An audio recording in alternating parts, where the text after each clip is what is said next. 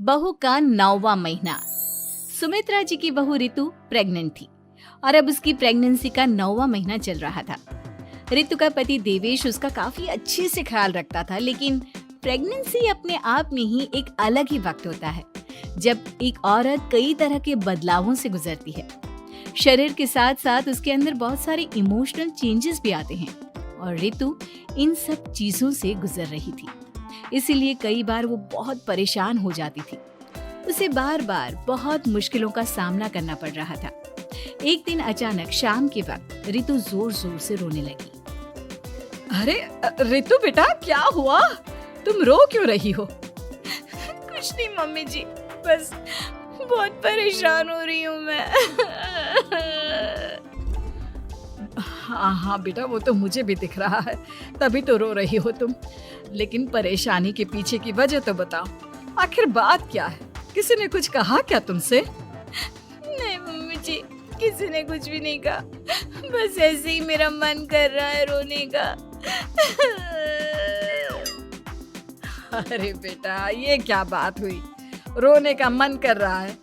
अरे तुम माँ बनने वाली हो, अगर इस तरह रहोगी ना तो बच्चा भी रोने वाले नेचर का पैदा होगा। तो फिर मैं क्या करूं मम्मी जी? मुझे बता अपने दिल की बात, मेरे साथ शेयर कर कि क्या परेशानी है। वो क्या है ना मम्मी जी, मैं अपने पेट की तरफ देखती हूँ ना तो अजीब सी घबराहट होती है। अरे लेकिन क्यों बेटा? तुम्हारे पेट में तो तुम्हारा आने वाला बच्चा है, इसे देखकर तुम्हें खुश होना चाहिए। मम्मी जी वो क्या है ना, मेरा पेट इतना बड़ा हो गया है, शरीर की हालत ऐसी हो गई है तो सोच सोच कर डर लगता है कि मैं कभी फिर से पहले जैसे स्लिम और ब्यूटीफुल हो पाऊंगी क्या। अरे बेटा, ये तो कुछ दिनों की बात है, सब कुछ बिल्कुल पहले जैसा हो जाएगा। कुछ दिनों के बाद तुम्हें चिंता करने की कोई जरूरत नहीं होगी। रितु, क्या हुआ? तुम बार बार करवटें क्यों बदल रही हो? रात की 2 बज रहे हैं, सो जाओ ना अब।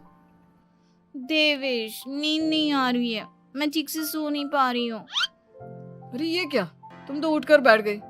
इस तरह बैठे बैठे पूरी रात बिताओगी क्या? क्या करूं देवेश, पेट की वजह से जैसे ही लेटती हूँ अजीब सा लगने लगता है, ठीक से सो भी नहीं पाती।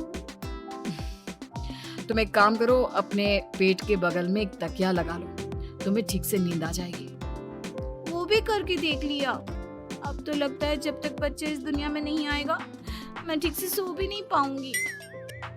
रितु, बच्चा आने के बाद कौन सा चैन की नींद सो पाओगी? कम से कम अब तो आराम कर लो। तुम सो जाओ देवेश, मैं बैठे बैठे ही अपनी नींद निकाल लूंगी। और फिर कुछ दिन के बाद सुमित्रा जी के घर पर कुछ परिचित लोग मिलने के लिए आते हैं। मम्मी जी, आप उन लोगों के साथ बैठकर बातें करिए, मैं सबके लिए चाय बना देती हूँ। अरे नहीं नहीं बेटा, मैं कर लूंगी, अभी तुम्हारी तबीयत ठीक नहीं है ना, तुम आराम करो। अरे मम्मी, घर के छोटे मोटे काम तो मैं करती हूँ ना, चाय बनाने में कैसी प्रॉब्लम?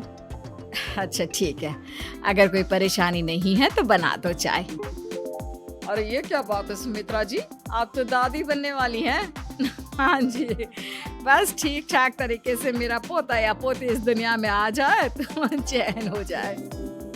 सही कहती हैं बहन जी, एक औरत के लिए ये वक्त बहुत मुश्किल होता है।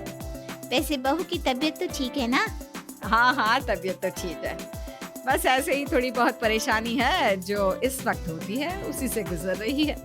पहली बार माँ बन रही है ना, कभी कभी परेशान हो जाती है।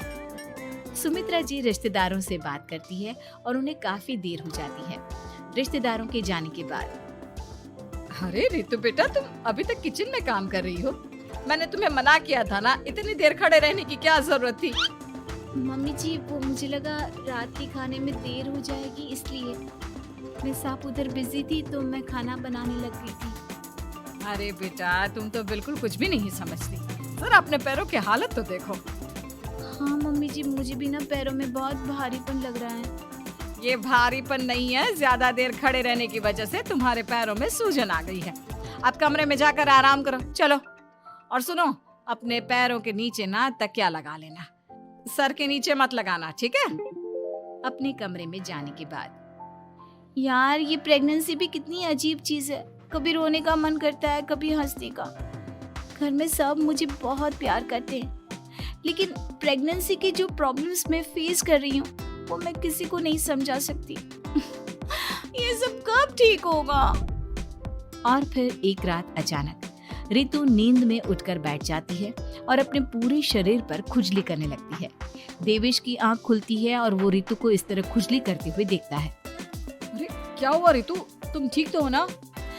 पता नहीं क्यों देवेश, लेकिन अचानक से पूरे शरीर में खुजली हो रही है। दिखाओ जरा मुझे। अरे लेकिन तुम्हारे शरीर पर तो कोई मच्छर के काटने के या किसी तरह के रैशेस भी नहीं है, फिर खुजली क्यों हो रही है? लगता है ये भी प्रेगनेंसी की कोई नई प्रॉब्लम है। अरे अरे परेशान मत हो, मैं मम्मी को बुला कर लाता हूँ। सुमित्रा जी के आने के बाद, अरे क्या बात है बेटा, इस तरह क्यों खुजली कर रही हो? अचानक से क्या हो गया तुम्हें? मम्मी जी ऐसा लग रहा है जैसे सर से पैर तक पूरे बदन में मच्छरों ने काट लिया हो। अरे लेकिन इसमें रोने की क्या बात है, चुप हो जा, सब ठीक हो जाएगा। हाँ, मैं बहुत परेशान हो गई हूँ। बस अब जल्दी से बच्चा इस दुनिया में आ जाना चाहिए ताकि मुझे इन सारी प्रॉब्लम से मुक्ति मिले। ऐसा नहीं कहते रितु, माँ बनना तो दुनिया की सबसे बड़ी खुशखबरी है और ये सारी परेशानियाँ तो सबके साथ होती है। जानती हूँ, लेकिन फिर भी क्या करूँ, रात को सो नहीं सकती। कभी पेट भर के खाना खा लेती हूँ तो उल्टी करने का मन करता है। ज्यादा देर खड़ी हो जाती हूँ तो पैर में सूजन आ जाती है। ज्यादा देर बाहर घूमने भी नहीं जा सकती वरना टॉयलेट की प्रॉब्लम। ये सब कब ठीक होगा?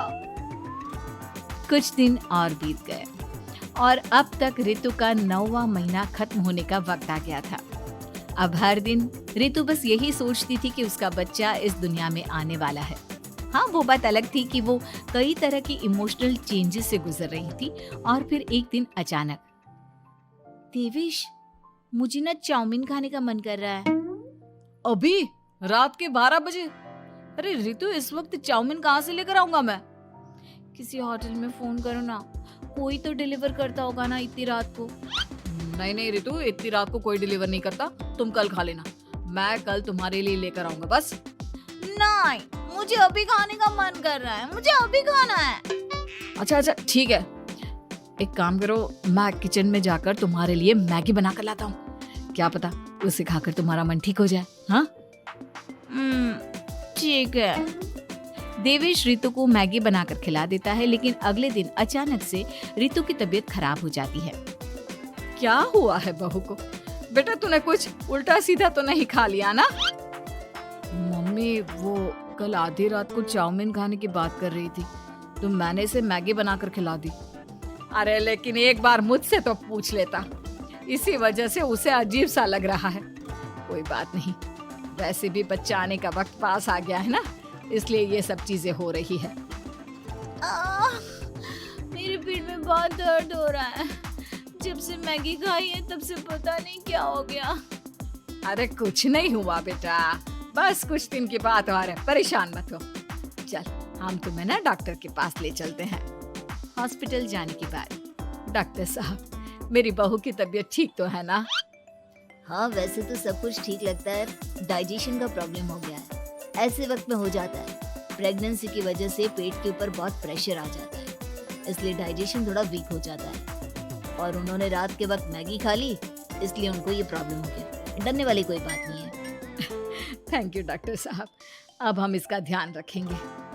लेकिन अब रितु की डिलीवरी का वक्त पास आ गया है, आपको उनका पहले से भी ज्यादा ध्यान रखना होगा। मैंने चेकअप कर लिया है, 1 सप्ताह के अंदर रितु की डिलीवरी होने के पूरे चांस है। एक दिन अचानक किचन में काम करते करते रितु के पेट में बहुत तेज दर्द होने लगता है। देवेश, मम्मी जी जल्दी आइए।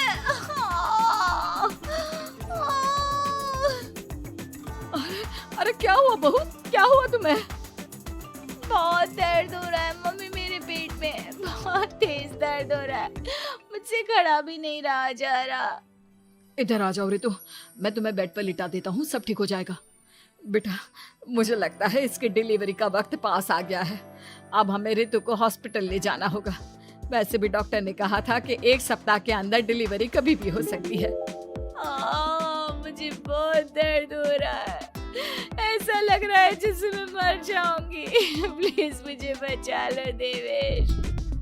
अरे रितु, घबराओ मत, ऐसा कुछ नहीं होगा। हॉस्पिटल पहुंचने के बाद आप जल्दी से रितु को एडमिट करवा दीजिए और आप लोग बाहर वेट करिए। नहीं, मुझे बहुत दर्द हो रहा है। रितु, समझने की कोशिश करो, सब कुछ ठीक हो जाएगा। रितु को लेबर पेन शुरू हो गया था और वो काफी तकलीफ से गुजर रही थी। एक बच्चे को जन्म देते समय औरत जिस तकलीफ से गुजरती है उसे सिर्फ वही समझ सकती है। रितु की तकलीफ को देखकर देवेश भी काफी इमोशनल हो गया था। रितु को इस तरह चीखते देखकर उसे बहुत दुख हो रहा था, लेकिन आधे घंटे के बाद जब डॉक्टर अपने हाथ में रितु और देवेश की छोटी सी बच्ची को लेकर आया तो रितु के चेहरे पर स्माइल आ गई। रितु, ये देखो, तुम्हारी और मेरी नन्ही सी बेटी। ये तो एकदम परी की तरह दिखती है। दिखेगी क्यों नहीं, एकदम तुम पर गई है ना, इसलिए। लेकिन मम्मी, उसकी नाक तो मेरे जैसी है। अच्छा ठीक है, नाक तुम रख लो, बाकी सब मेरे जैसा। देखा रितु, तुमने कितनी तकलीफ सही, लेकिन उस तकलीफ के बदले तुम्हें भगवान ने ये छोटी सी परी दे दी। और ऐसा सब औरतों के साथ होता है। तुमने बहुत हिम्मत रखी है बेटा, और इसका नतीजा आज हमारे सामने है।